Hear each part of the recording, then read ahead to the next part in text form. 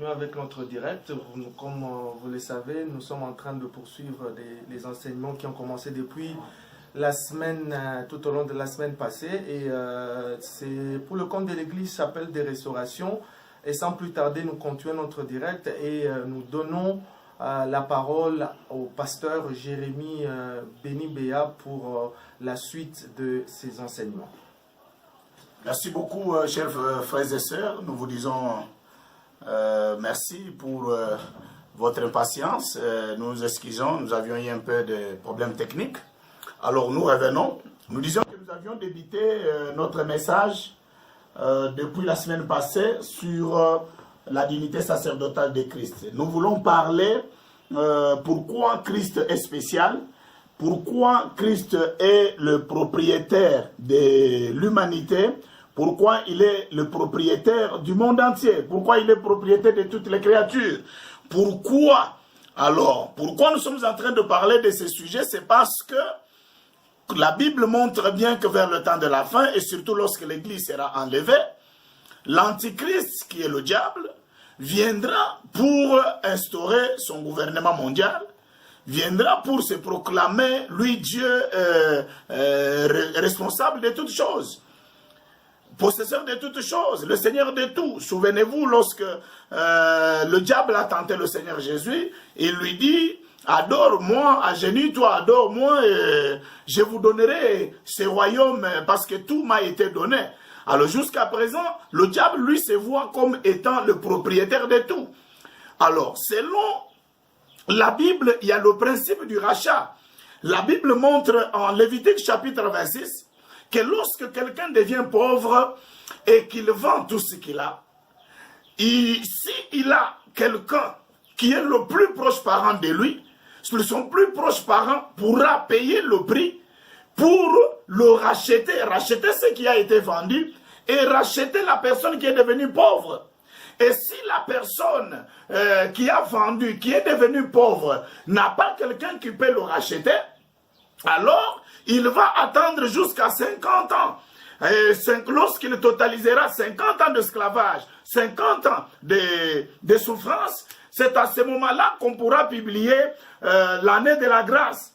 Lorsqu'on sonnera le son de l'année de la grâce, ceux qui étaient esclaves, ils quitteront pour aller maintenant récupérer leurs biens qui avaient été vendus.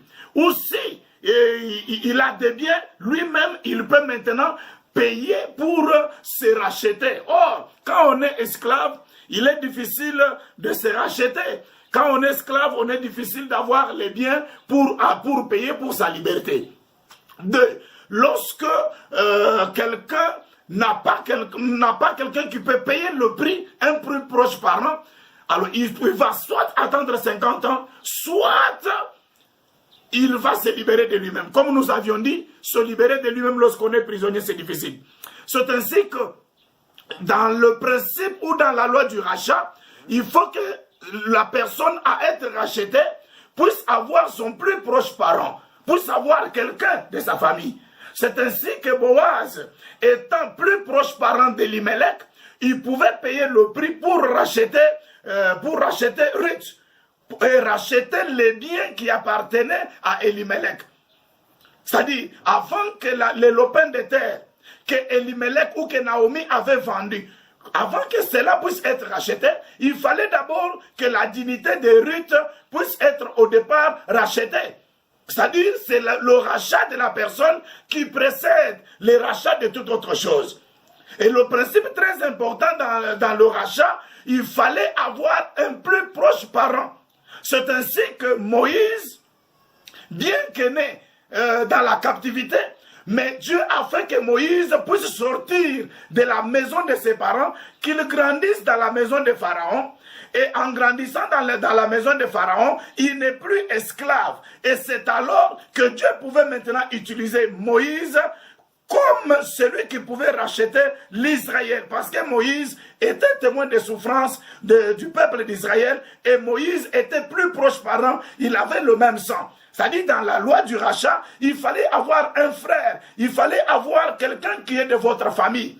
C'est ainsi que Jésus-Christ, qui est la parole, Alors, en étant la parole, il ne pouvait pas venir directement nous racheter parce qu'il pécherait contre la loi du rachat. Parce que la loi du rachat dit que celui qui ne peut vous racheter, il faut qu'il soit votre frère.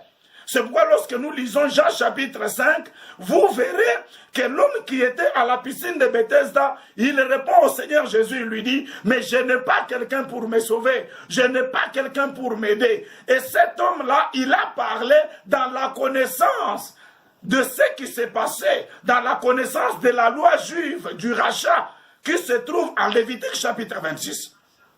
Alors bien aimé dans le Seigneur, c'est ainsi que le Seigneur Jésus, c'est ainsi que Jésus, qui est notre Rédempteur, a accepté de venir de prendre le sang et la chair. Si vous lisez Hébreux chapitre 2, verset 14, la Bible dit, parce que les enfants ont le sang et la chair, lui aussi est venu avec le sang et la chair, pour que par sa mort, qu'il puisse anéantir celui qui avait la puissance de la mort, c'est-à-dire le diable, et qu'il puisse racheter tous ceux qui, leur vie, ils ont été retenus dans la servitude.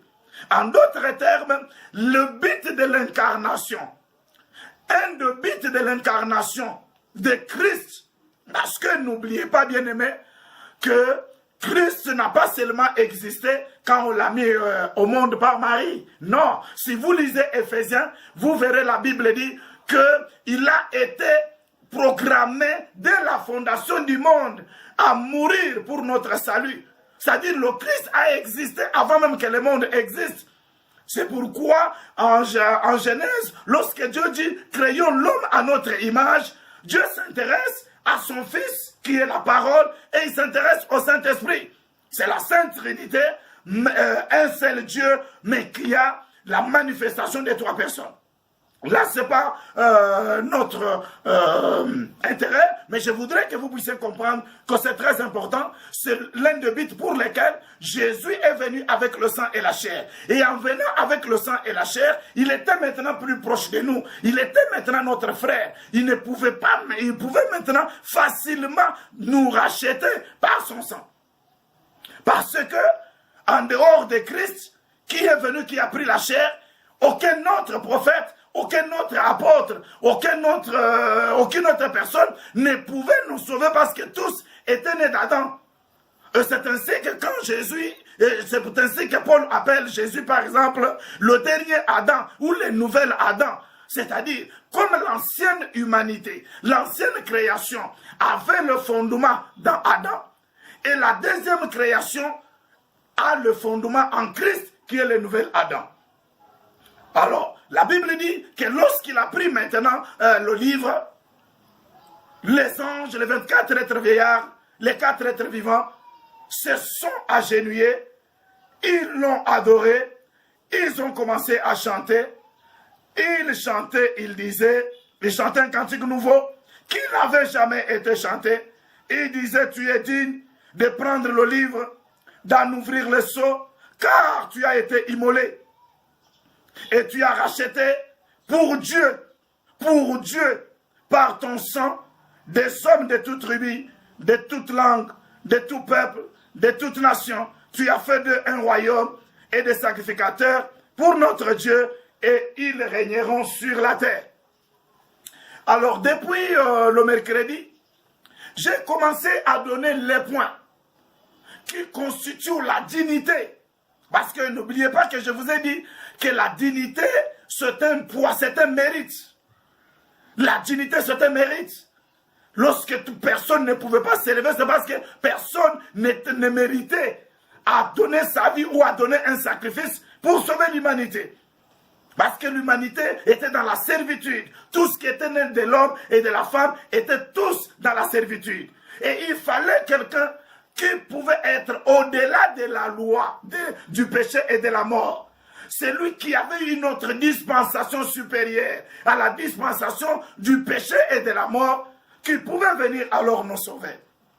Je voudrais vous dire, bien-aimés dans le Seigneur, que le salut ne se trouve pas dans aucune autre personne à part Jésus-Christ.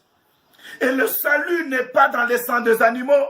n'est pas dans les biens, n'est pas dans l'argent, n'est pas dans les choses de ce monde que nous avons, mais notre salut, notre rachat se trouve dans celui qui a pris la chair, celui qui a été la parole, qui a pris la chair, qui est devenu homme et qui a accepté de mourir pour nous. Il s'appelle Jésus de Nazareth. Est-ce qu'on peut acclamer le Seigneur Jésus? Gloire au Seigneur. Et d'après notre texte, le premier point qui donne accès, qui fait que Christ ait cette dignité sacerdotale, qu'il puisse nous sauver, c'est d'abord sa mort. Et je l'ai expliqué, je vais rapidement parce que je vais terminer ça aujourd'hui. Je dis, en lisant Ésaïe 53, versets 4 à 5, la Bible dit que Christ n'est pas mort comme tous les autres, mais Christ est mort d'une mort de substitution. Il a pris notre place de pécheur. Il est mort pour nous afin que nous prenions sa place de justice. Alors la mort de Christ est une mort de substitution. Il n'est pas mort parce qu'il était pécheur. Il n'est pas mort parce qu'il avait commis tel ou tel délit. Et la mort de la croix, c'était une mort de malfaiteur. Voyez celui qui était avec lui, Barabbas. C'était un bandit. C'était un terroriste. Mais pour comment on a pu libérer Barabbas pour que Christ puisse mourir? C'est parce que la mort de Christ incluait aussi Barabbas. Alors parce que Christ portait les péchés de toute l'humanité, les péchés de Barabbas étaient inclus dans les péchés que Christ portait. C'est pourquoi on a voulu que Christ puisse mourir pour que Barabbas aussi puisse être sauvé. Alors le premier point important de la dignité sacerdotale de Christ comme notre Mashiach, de Christ comme notre Christos, de Christ comme notre Messie et notre Sauveur, c'est sa mort. Une mort de remplacement, une mort de substitution. Pilate a dit que non, cet homme ne mérite pas la mort. La femme de Pilate a dit non, toute la nuit je n'ai pas dormi. Cet homme ne mérite pas la mort. Pilate a même lavé les mains pour dire que je ne trouve pas le mal en cet homme. Et personne ne peut nous montrer le mal que Christ a commis. Que ce soit sur le plan moral, sur le plan spirituel, aucun mal. Et Christ est mort d'une mort que nous méritions pour que nous puissions être sauvés. C'est comme la Bible dit, les bons bergers donnent sa vie pour ses brebis.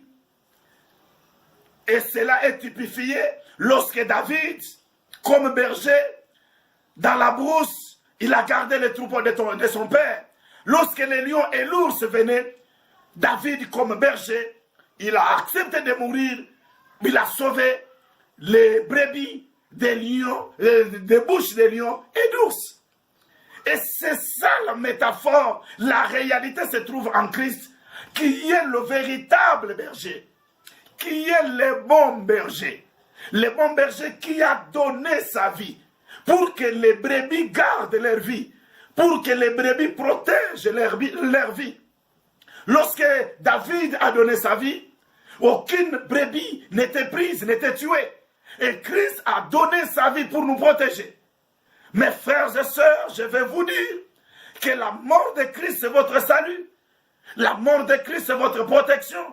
Comme je venais de le dire, en Hébreux 14, il dit, il est venu avec le sang et la chair pour que par sa mort,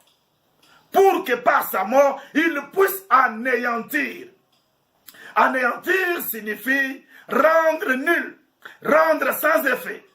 Christ est mort pour anéantir la puissance de celui qui détenait la mort, c'est-à-dire le diable. C'est-à-dire, le diable peut être là, vos ennemis peuvent être là, mais leur influence, mais leur force, leur dangerosité a été anéantie par la mort de Christ.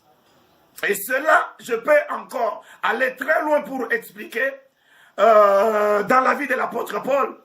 La Bible montre comment un serpent venimeux a mordu Paul. Ce serpent que n'importe qui ne pouvait pas faire 1-2 minutes. Mais étant mordu, la Bible déclare que les gens ont commencé à compter les minutes. les gens ont commencé à compter les minutes, parlant que c'est fini, il va mourir maintenant. C'est fini, il va mourir maintenant. C'est fini, il va mourir maintenant. C'est fini. Et eux-mêmes ont changé le langage pour dire non, cet homme, c'est un Dieu. Qu'est-ce qui a fait que la puissance de ce venin soit anéantie? C'est la vie de Christ qui était dans l'apôtre Paul. Et ici, j'interpelle mes frères et sœurs pour vous dire que vous n'êtes pas abandonnés. Les bons bergers, les divins bergers, il a donné sa vie pour que vous soyez protégés. Aucune mort, de n'importe quelle mort, ne peut pas vous atteindre si vous restez en communion et si vous croyez en Jésus-Christ. Des temps comme celui-ci, des gens sages, ils s'attachent à Dieu. Des personnes sages, ils s'attachent à Dieu. Des personnes sages, ils renouvellent leur foi, leur attachement à Dieu. Ils pardonnent tous ceux qui leur ont fait du mal. Ils cherchent la communion avec les frères et sœurs. Ils cherchent la sanctification avec Dieu.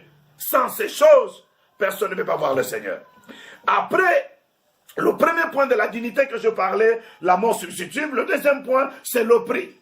La Bible dit, Apocalypse 5, 9, il dit, il chantait d'un cantique nouveau en disant, tu es digne de prendre le livre, d'ouvrir le sceau, car tu as été immolé, tu as racheté pour Dieu par ton sang. Par ton sang. Et ici, le deuxième point de la dignité sacerdotale de Christ, c'est le prix qui a été versé pour notre rachat. Et ce prix n'équivaut pas au dollar, n'équivaut pas au franc congolais, n'équivaut pas à euro, n'équivaut pas à yuan chinois. Mais c'est un prix très élevé qui équivaut au sang de Jésus, à la vie de Jésus-Christ. Jésus a donné sa vie, non pas pour qu'elle reste comme ça. C'est en Jean chapitre 12, la Bible dit, si le grain de blé tombe et ne meurt, il reste seul. Mais s'il tombe et meurt dans la terre, il porte les fruits, il se multiplie. Et la vie de Christ, que nous avons reçue par sa mort, s'est multipliée. C'est-à-dire là où tu es, la vie de Christ est en toi. Or, la vie de Christ, c'est un vaccin contre toute autre maladie. Allez-vous me dire quelle maladie, tout le temps que Jésus a fait sur la terre, il est entré dans quel hôpital? Il a été perfusé où? Qui l'avait soigné? Toutes les années qu'il a fait, 33 ans, Jésus n'a jamais été malade, mais lui a guéri les gens. Même ceux qui touchaient son habit, ils étaient guéris. Mais cette vie qui était en lui est aujourd'hui en nous, par notre foi, par notre allégeance à Jésus-Christ. Je voudrais vous dire, mes frères et sœurs, de renouveler votre foi et votre attachement à Jésus-Christ. Il a donné sa vie, la vie précieuse, le sang précieux, pour que toi, tu ne puisses pas mourir de n'importe quelle mort. Pour que toi, tu ne puisses pas tomber de n'importe quelle situation. Pour que toi, tu ne puisses pas pleurer de n'importe quelle situation. Mais que tu sois debout. L'Israël qui était sauvé par le sang des animaux, Pharaon ne pouvait pas les toucher. Les Égyptiens ne pouvaient pas les toucher. La mer Rouge ne pouvait pas les bloquer. Or, ils étaient sauvés par un sombre salut. Alors que nous sommes dans une réalité. Parce que leur salut typifiait le salut qu'on devrait avoir par le Seigneur Jésus-Christ. C'est ainsi. La semaine que Christ devait être livré, le soir qu'il devait être livré, il a pris le pain, il a dit, voici mon corps, voici mon sang. Et il l'a fait les jours qu'on célébrait la grande Pâque. C'était comme pour leur dire que cette Pâque que vous célébrez de la sortie de l'Égypte n'était que l'ombre. Mais la réalité, la véritable Pâque, c'est mon corps et mon sang, c'est ma mort qui s'effectuera aujourd'hui. Et il a changé l'ancienne Pâque à la véritable Pâque, qui est sa mort et sa résurrection. Alors, comment est-ce que la Pâque des enfants d'Israël les a protégés contre la mort de l'ange, qui est l'ange de la mort qui est entré la nuit de la veille de leur sortie, les a protégés des ennemis de Pharaon. Cette Pâque les a protégés devant la mer Rouge, les a protégés dans le désert, devant Balaam et Balak, devant Jéricho, et ils sont entrés, ils ont pris Canaan. Comment est-ce que nous qui sommes dans la véritable Pâque, qui est Jésus-Christ, parce que lui-même il s'est dit, je suis la Pâque de Dieu. Christ est notre Pâque, il a été immolé. Comment nous qui célébrons cette Pâque? Comment nous qui mangeons cette Pâque? La véritable et la réelle. Mais nous sommes si peureux. Nous sommes si désemparés. Comment, mes frères et sœurs? Or, ce qui était arrivé à l'Israël devrait être pour nous une leçon, une instruction, pour fonder la foi exacte sur ce que Christ peut faire pour nous. Comment ce qui était ombre a été une puissance dans le monde entier. Les gens parlaient, les gens criaient. Non, en tout cas, Israël a un Dieu. Mais nous qui sommes dans les réalités, qui sommes dans le Seigneur Jésus, nous ne vivons pas ces réalités. C'est parce que nous avons une foi chancelante. Comme la Bible dit aussi, mon peuple périt faute de connaissances. Peut-être que nous manquons suffisamment de la lumière. Parce que ça ne sert à rien d'avoir l'argent, mais tu peux avoir l'argent, mais sans savoir où est-ce que tu as placé cet argent. Tu as toujours l'argent dans la maison, tu peux dormir affamé. Alors que l'argent est là. Nous avons la connaissance, nous avons les promesses, nous avons Dieu. Mais tant que nous oublions ce que Christ a fait pour nous et ce que nous sommes, nous risquons d'être désemparés. Nous risquons de pleurer, de tomber devant n'importe quoi que ce soit, devant les informations, sans connaître ce que nous sommes réellement. Je vous dis que vous avez été rachetés par le sang précieux de Christ. Vous êtes précieux, vous êtes la propriété de Dieu. Nous avons été rachetés pour appartenir à Dieu, pour devenir une propriété de Dieu. Et en tant que propriété de Dieu, personne ne peut nous toucher.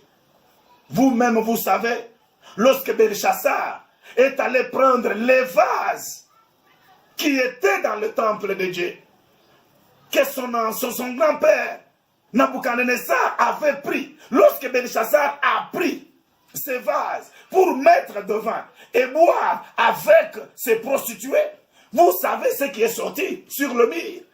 Dieu est sorti, a sorti sa main pour dire à Belchassar qu'il n'a plus de poids. Il a pesé, il n'a plus de poids. Il ne mérite pas d'être roi. Et c'était la fin de Belchassar.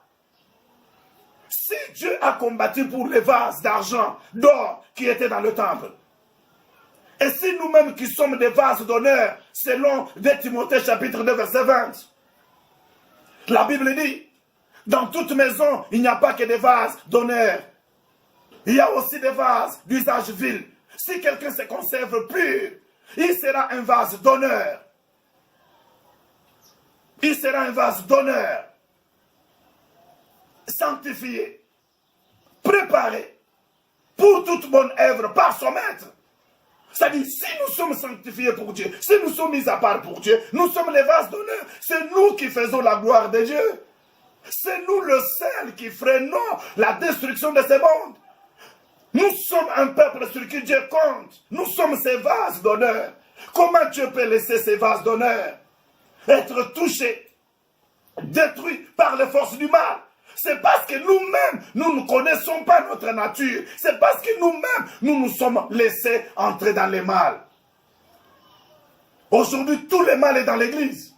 La trahison est dans l'église. L'impudicité, l'adultère est dans l'église. Aujourd'hui, même les places saintes, là où les méchants ne pouvaient pas s'asseoir, mais les hommes de Dieu, mais les anciens, les diacres, les peuples de Dieu, ils s'asseyent dans ces endroits alors qu'ils ne méritent pas, parce qu'ils ne sont pas saints, ils ont rejeté la sainteté. Le mal est partout. Les gens s'empoisonnent dans les églises. Les mariages se dissoutent dans l'église. Les gens, quelqu'un vient avec sa femme. Et après quelque temps, le mariage est dissous à cause des chrétiens. C'est ça l'église. Et lorsque nous-mêmes nous sommes dans le mal, comment pouvons-nous résister au mal? Lorsque nous-mêmes, aujourd'hui, l'autel, la chair, c'est un endroit saint. Mais beaucoup de gens, des pasteurs aujourd'hui, ils font de la politique à l'autel, à la chair. Jésus qui était le sauveur du monde, Jésus n'a pas, pour sauver le monde, il n'a pas recouru à la politique. Il a recouru à la transformation intérieure, à la repentance. Le Congo ne sera pas sauvé par les armes, par quoi que ce soit, si l'intérieur des Congolais n'est pas transformé. Et le message de Christ, c'est de repentez-vous, car le royaume de Dieu est proche. Mais nous avons laissé ça. Nous prêchons la haine dans les églises. Nous prêchons tel parti dans l'église. Et les gens sont derrière de telles choses. Un pasteur qui dit à ses fidèles que vous êtes ma base pour faire la politique. Et les gens acclament. On dit non, il est appelé par Dieu. Non. Jésus n'a pas combattu pour ce royaume, pour le royaume terrestre. Mais il a cherché la transformation intérieure. C'est la parole de Dieu qui transforme. Nous devons bannir toute forme de mal pour que nous soyons l'espoir de demain. Tant que le mal a rongé l'église, le tribalisme, le mal a rongé l'église, l'église manquera la force de s'élever, de devenir une rempart. L'église ne sera pas rempart parce que le mal a déjà rongé l'église. Réveillez-vous les hommes de Dieu, réveillez-vous les enfants de Dieu, dites non au mal. Ce virus vient. Et la force de ce virus, c'est le mal. Aujourd'hui, le mariage homosexuel est béni par les prêtres. Il y a 2 semaines, j'ai vu sur Facebook, WhatsApp, quelque chose comme ça, les 2 pasteurs, un pasteur sud-africain et un pasteur nigérien, tous des hommes, ils se sont mariés. Et leurs fidèles étaient là. Vous savez pourquoi Sodome et Gomorrhe étaient détruites? C'est parce que les anges, les fils de Dieu, les anges, allaient coucher avec les femmes. Et Dieu était fâché. Parce qu'il y avait l'homosexualité. Aujourd'hui, l'homosexualité est sanctifiée. Même dans les églises. Même par les protestants. Les gens qui ont dit non aux catholiques. Aujourd'hui, ils bénissent le mariage homosexuel. Et comment pouvons-nous devenir la rempart? Comment pouvons-nous arrêter le mal? Parce que le mal a déjà décimé l'église. Le mal a décimé l'église. Mes frères et sœurs, vous qui avez l'occasion de m'écouter, sortez de ce qui est mal. Condamnez le mal. Du temps de notre père Adi Nabal. Moi, j'ai vu Adi Nabal excommunier ses enfants. Moulamba Lungudi Akisangani excommunier sa femme et sa fille parce que sa fille était grosse. D'une grossesse floue qui ne connaissait pas le mari. Mais aujourd'hui, le mal est acclamé parce que c'est le bishop qui a fait ça. Nous avons vu comment Jimmy Swaggart, un grand homme de Dieu, à cause des soupçons de la part de la fille, il s'est mis, il a demandé pardon publiquement. Aujourd'hui, il n'y a plus de repentance. Quelqu'un est dans le mal, il passe, les gens sont derrière. Oh, il a la grâce de Dieu. Quelle grâce qui ne craint pas. Quelle grâce qui ne condamne pas le mal. Quelle grâce. C'est ça la séduction du temps de la fin. On ne peut pas prospérer dans le mal. Vous qui m'écoutez, mes frères, nous avons été rachetés pour appartenir à Christ. Sortez du mal, sortez du tribalisme, sortez de la haine, sortez de la jalousie, sortez des poisons, sortez de l'homosexualité, de la magie qui détruit aujourd'hui l'église. Sortez de ces choses. Et ce virus s'arrêtera. Repentez-vous, vous qui écoutez ce message. Prenez la décision. Et Dieu va vous visiter. La lumière entrera dans votre maison. Et le 3e point, nous avons parlé, l'étendue du rachat. C'était toute nation, tout peuple, toute race, toute langue. Christ n'est pas mort seulement pour les Juifs. Il est mort pour toutes les nations. Pour les Congolais. Si vous le croyez, la lumière et la grâce de Dieu sera sur vous. Le sacrifice de Christ est tellement suffisant pour toute l'humanité. Que vous soyez chinois, indien, le sacrifice de Christ vous convient si vous l'acceptez. Il est sans pareil, il n'y a pas eu un homme, il n'y en aura pas un homme comme prophète qui peut faire face à Jésus-Christ. Il n'y en aura pas. Je ne connais pas votre tribu, votre village, votre province, mais la foi en Christ changera. Quel que soit ce qui a été préparé contre vous par vos origines, mais ta foi en Christ vous libérera. Le 4e point que j'aime encore, il dit, j'aime ça. 4e point, qu'est-ce qu'il dit là? Je vais lire là, verset 10, Apocalypse 5, 10, il dit, tu as fait d'eux un royaume et des sacrificateurs pour notre Dieu. C'est-à-dire Christ non seulement il est bon pour nous, non seulement il a racheté les gens de toute langue, de tout peuple, mais il a fait de nous des rois et des sacrificateurs. C'est-à-dire, nous sommes des rois et des sacrificateurs. Nous sommes des rois sur la terre. Vous vous souviendrez, en Genèse chapitre 1er, verset 26, quand Dieu a créé l'homme, il a dit domine, contrôle, assujetti. Dieu avait confié le mandat de roi à l'homme. Et Adam et Ève, en tant que roi, ils devaient perpétuer cette royauté dans le monde entier. Et non seulement ça, Dieu a aussi, en Genèse chapitre verset 15, Dieu a donné le mandat culturel à l'homme. Je voudrais lire cela. Le mandat culturel. Genèse chapitre 2, verset 15.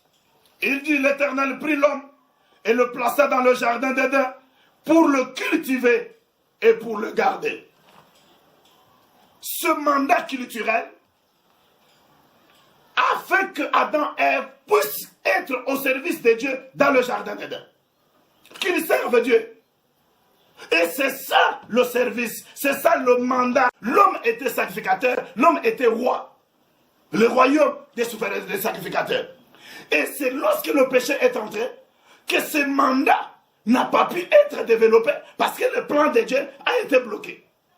Et c'est ainsi que Dieu, en appelant l'Israël, je vais trop vite, en appelant Israël, il les a promis en Exode 19 qu'ils puissent faire de tout l'Israël un royaume de sacrificateurs. Mais à cause de leur péché, ils n'ont pas pu. C'est ainsi que Dieu, au lieu de confier à tout l'Israël un royaume de sacrificateurs, il a choisi maintenant une seule tribu. La tribu de Lévi, une seule maison, la maison d'Aaron, pour qu'ils soient des prêtres, pour qu'ils soient des sacrificateurs, qu'ils puissent le servir. Mais au commencement, ce n'était pas ainsi. Au commencement, il fallait que tout le peuple soit des sacrificateurs. Et même avec le sacrifice d'Aaron, c'était un sacrifice où il fallait renouveler chaque fois le sang, chaque fois. C'était temporaire. Et il fallait maintenant une sacrificature, un sacerdoce qui était supérieur au sacerdoce d'Aaron. C'est le sacerdoce de Melchisedec.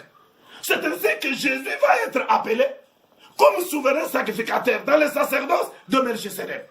Et notre foi en Christ fait que nous soyons attachés automatiquement à ce sacerdoce, qu'on devienne des rois et des prêtres. Or, vous savez, la mission d'un roi, c'est de régner. La mission de roi, c'est conduire, de dominer, d'orienter.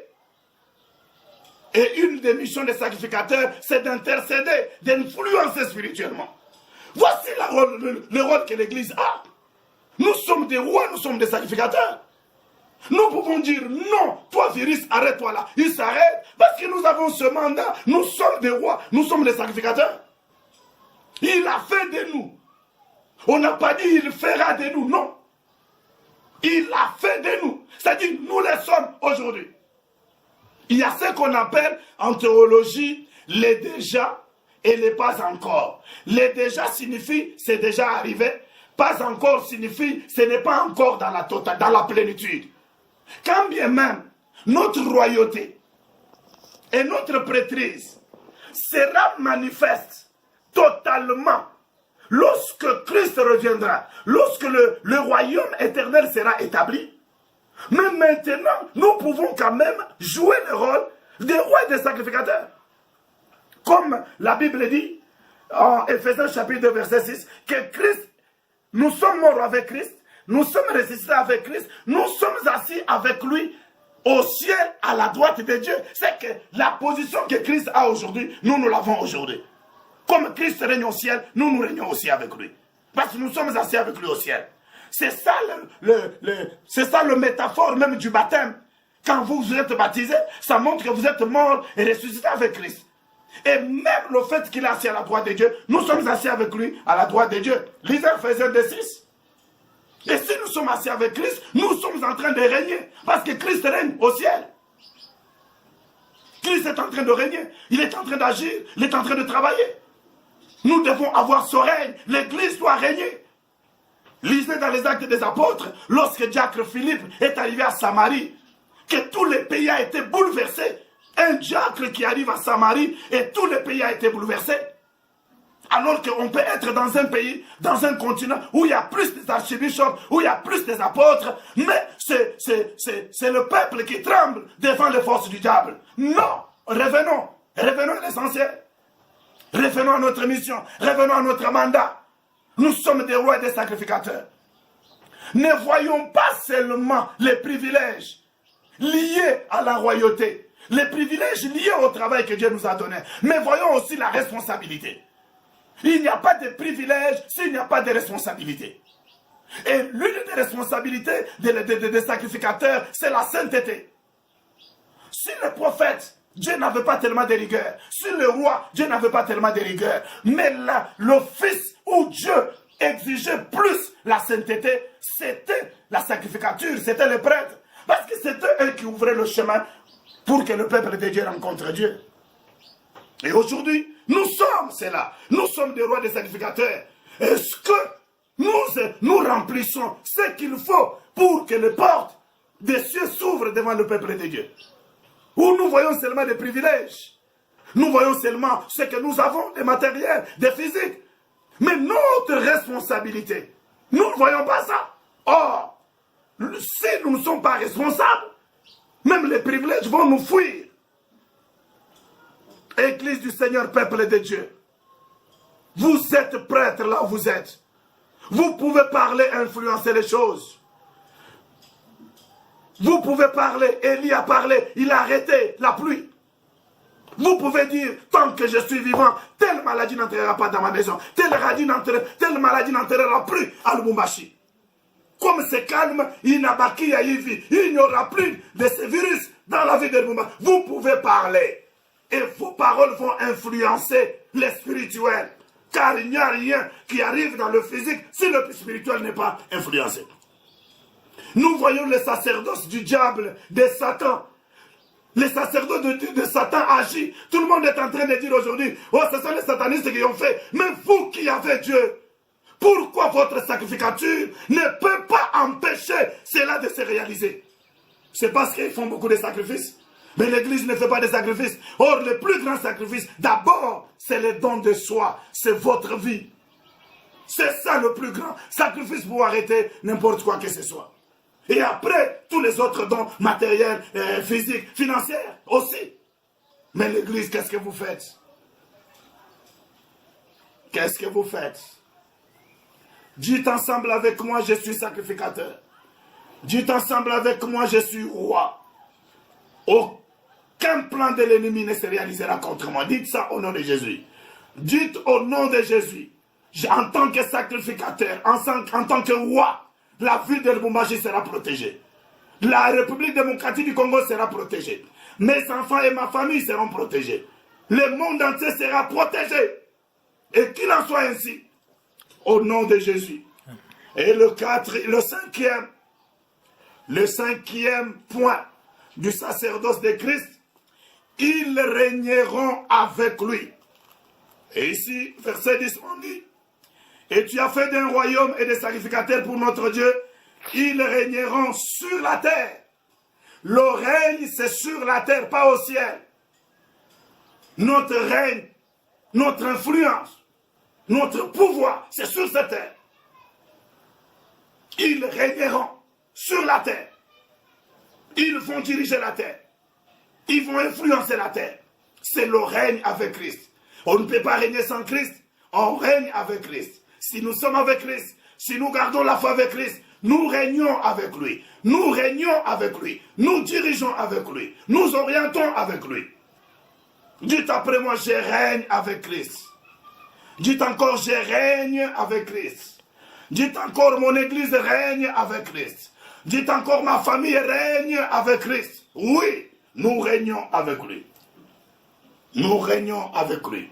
C'est pourquoi le Seigneur Jésus, il a donné le pouvoir à ses disciples de marcher sur les serpents et les scorpions. Il a dit, aucune puissance du mal ne pourra vous nuire. Peuple de Dieu.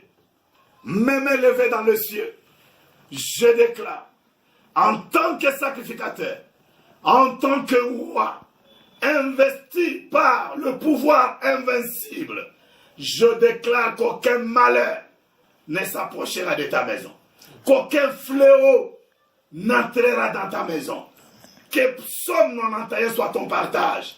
Au nom puissant de Jésus, j'influence l'atmosphère spirituelle de Lubumbashi, l'atmosphère spirituelle de la République démocratique du Congo. J'influence l'atmosphère de ta vie. Il n'y a que les meilleurs, il n'y a que de bonnes choses qui se réaliseront. Et à cause de ça, Christ est le Sauveur. Christ est notre Messie. Voici, bien aimé dans le Seigneur, c'est avec joie que je clôture un peu ce message aujourd'hui. Mais dimanche, nous aurons un autre message presque parallèle où nous entrerons encore dans une vision prophétique pour comprendre comment les choses sont en train d'aller. Croyez à la parole de Dieu, croyez en Jésus. Si là où vous êtes, vous n'avez jamais reçu Jésus comme Seigneur et Sauveur, dites après moi, Seigneur Jésus, je te reçois dans ma vie comme mon Seigneur et Sauveur.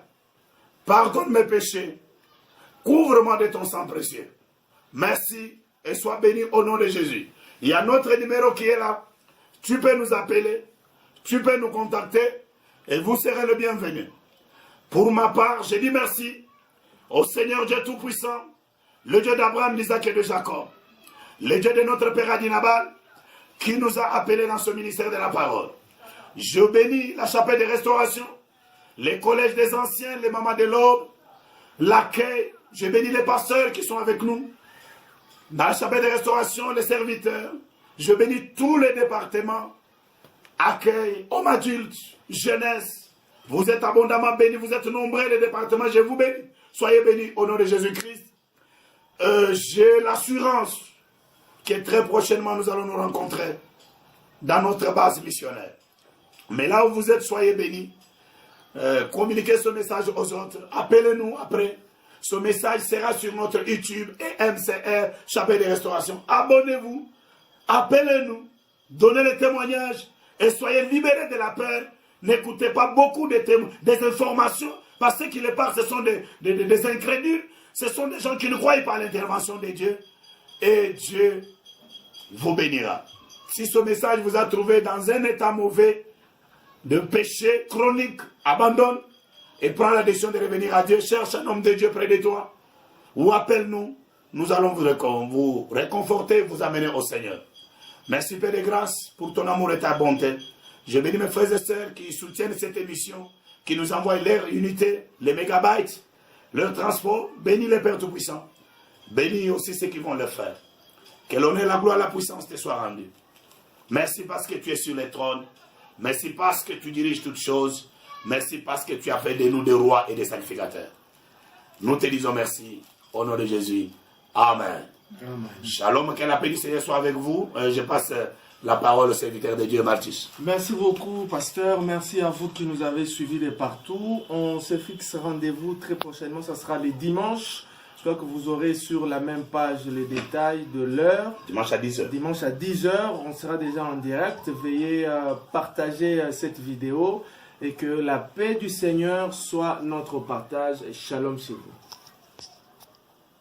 Et celui à qui tout ce qui a été créé lui appartient. Et par cela, nous devrions renouveler notre engagement à Christ. Lorsque nous lisons les 7 lettres adressées aux églises d'Asie, vous verrez que presque à chaque lettre, nous sommes invités à garder la foi, invités à la vie de persévérance. Pourquoi? Parce que les temps de la fin sont les temps caractérisés par plusieurs choses, plusieurs combats, plusieurs menaces.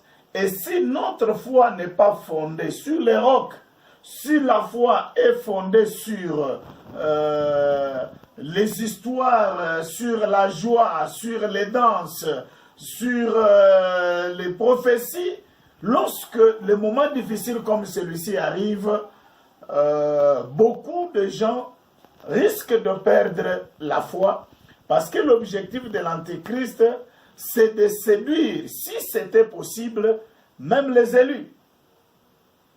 Alors, à cela, je vais rapidement lire la parole de Dieu. Nous sommes en Apocalypse, chapitre 5, verset 8 jusqu'à 10.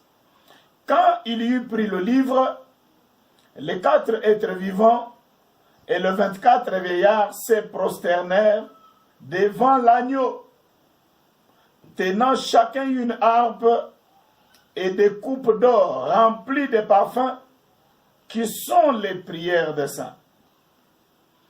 Ils chantaient un cantique nouveau en disant: Tu es digne de prendre le livre et d'en ouvrir les sceaux. Pourquoi?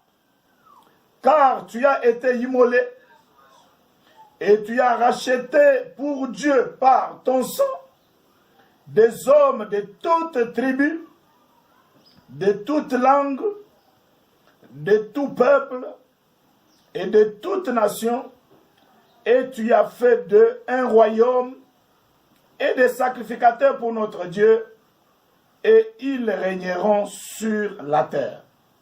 Seigneur, merci pour ce moment merveilleux. Merci pour ce temps, merci pour la vie, merci pour la grâce. Merci pour mes frères et sœurs qui soutiennent ces émissions avec leurs mégabytes. Bénis aussi la disponibilité des serviteurs qui sont avec nous depuis que nous avons débuté ces programmes. Sois avec nous au nom de Jésus. Amen. Bien-aimés frères et sœurs, shalom, que Dieu vous bénisse. Je voudrais